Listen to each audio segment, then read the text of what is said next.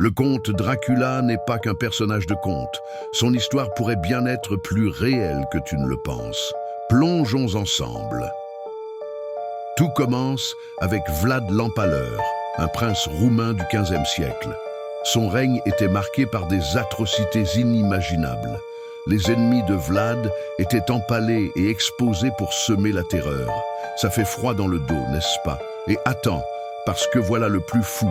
Comme un monstre sous un lit, l'image de Dracula s'est faufilée dans les récits et la culture populaire. Bram Stoker, en 1897, a donné vie à ce personnage en le transformant en vampire.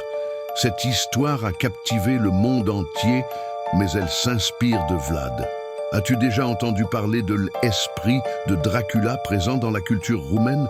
C'est un mélange de folklore, de superstition et de l'histoire d'un homme redouté.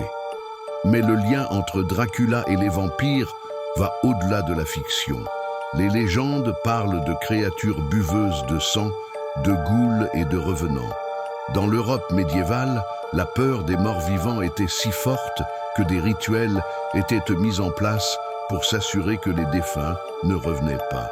Et prépare-toi car ça devient encore plus captivant. Les récits de Dracula ont révélé une science sombre.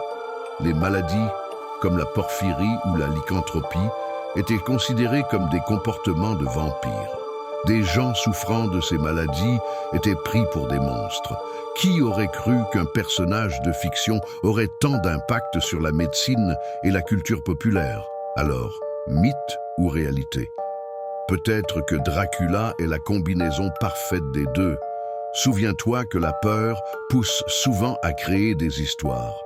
Dracula n'est pas qu'une légende. Il est un miroir de notre histoire, de nos peurs et de notre fascination pour l'inconnu.